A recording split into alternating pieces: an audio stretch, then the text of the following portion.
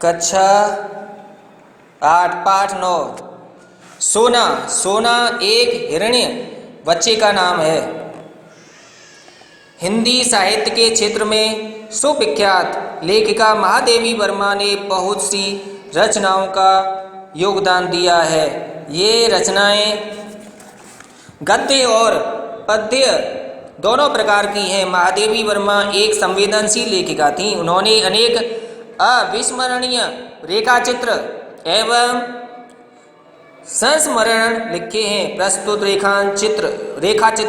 रेखाचित्र सोना में उन्होंने एक हिरणी की लघु जीवन कथा का अत्यंत सजीव व करुणापूर्ण चित्रांकन किया है। ये पाठ बहुत लंबा है, इसे आपको स्वयं पढ़ना है। सोना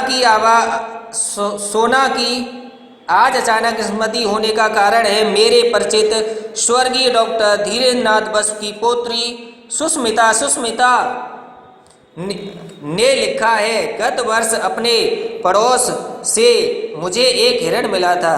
बीते कुछ महीनों में हम उससे बहुत स्नेह करने लगे हैं, परंतु अब मैं अनुभव करती हूँ कि सघन जंगल में संबंध रहने के कारण तथा अब बड़े हो जाने के कारण उसे घूमने के लिए अधिक विस्तृत स्थान चाहिए। क्या कृपा करके आप उसे स्वीकार करेंगी? सचमुच मैं आपकी बहुत आभारी रहूंगी, क्योंकि आप जानती हैं कि मैं उसे ऐसे व्यक्ति को नहीं देना चाहती जो उससे बुरा व्यवहार करे। मेरा विश्वास है आपके यहाँ उसकी भली भांति देखभाल हो सकेगी। कई वर्ष पूर्व मैंने निश्चय किया था कि अब हिरण नहीं पालूंगी, परंतु आज उस नियम को भंग किए बिना इस कोमल प्राण जीवन की रक्षा संभव नहीं है।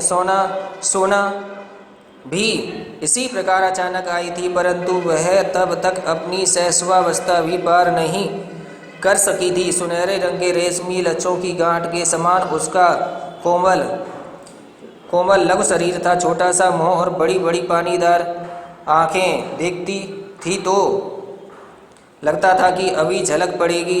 लंबे कान, पतली सुडौल टांगें, जिन्हें देखते ही उनमें प्रसुप्त गत की बिजली की लहर देखने वालों की आंखों में कौंध जाती थी। सब उसके सरल शिशु रूप से इतने प्रभावित हुए कि किसी चंपक वर्ण रूप सी के उपयुक्त सोना, सुवर्णा, सवर्ण रेखा आदि नाम उसका परिचय बन गए। परंतु उस बेचारे हिरण शावक की कथा तो मिट्टी की ऐसी व्यथा कथा है जिससे मनुष्य की निष्ठुरता गढ़ती है। आकाश में रंग बिरंगे फूलों की घटाओं के समान उड़ते हुए और बीड़ा, बंसी, मुरज, जल तरंग आदि का वृंदावादन बजाते हुए पक्षी कितने सुंदर जान पड़ते हैं। मनुष्य ने बंदूक उठाए, निशाना साधा और कई गाते उड़ते पक्षी धरती पर ढेले के समान आ गिरे। किसी की लाल पीली चोंच वाली गर्दन टूट गई है, किसी के नीले सुंदर पंजे टेढ़े हो गए हैं और किसी के इंद्रधनुषी पंख बिखर गए हैं। मारने वाला अपनी सफलता पर नाच उठाता है। बेचारी सोना भी मनुष्य की इसी निष्ठुर मनोरंजन प्रियता के कारण इतने अरण्य परिवेश और स्वजात से दूर मानव समाज में आ पड़ी थी। प्रशांत वन स्थली में जब अलस भाव से रोमंथन करता हुआ मृग समूह शिकारियों की आहट में चौंका कर भागा। सोना की माँ सद्यः प्रसूता होने के कारण, यानी कि तुरंत जभी पैदा होने के कारण भागने में असमर्थ रही। सद्यः जात यानी तुरंत पैदा हुआ बच्चा मृग शिशु तो भाग नहीं सका। अतः मृगी माँ ने अपनी संतान को अपने शरीर की ओट से सुरक्षित रखने के प्रयास में प्राण दे दिए। यानी कि जब तुरंत ही तभी पैदा हुआ था बच्चे का, पता नहीं दया के कारण या कौतुक प्रियता के कारण शिकारी मृत हिरणी के साथ उसके रक्त से सने और ठंडे स्तनों से चिपके हुए शावक को भी जीवित उठा लाए।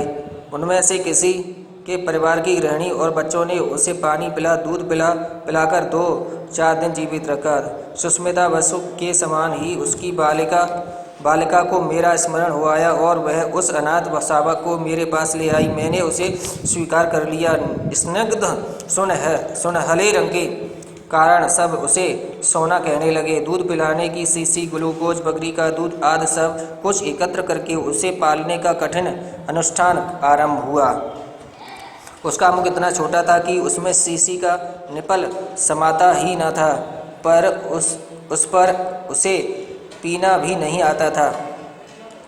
फिर धीरे धीरे उसे पानी पीना ही नहीं, उसने रात में मेरे पलंग के पाए के पास सटकर बैठना सीख लिया था, पर वहाँ गंदा न करने की आदत कुछ दिनों में अभ्यास में पड़ सकी। इसी प्रकार जब वो छात्रावास में जाती थीं तो छात्रावास में से साथ ले जाती, वो वहाँ घूमता रहता था। जहाँ कहीं भी जाती हूँ उसे पास में खाना खाना, प्रेम भाव, स्नेह भाव, पूरा इसका वर्णन किया गया है। एंड में क्या हुआ, शावक को उन्होंने एक रस्सी से बांध दिया बगीचे में और उसे ये भूल गया। एक दिन ना जाने किस स्तबद्धता की स्थिति में बंधन की सीमा भूलकर वह बहुत ऊंचाई तक उछली और रस्सी के कारण मुख के बल धरती पर आ गिरी। वहीं उसकी अंतिम सांस और अंतिम उछाल थी।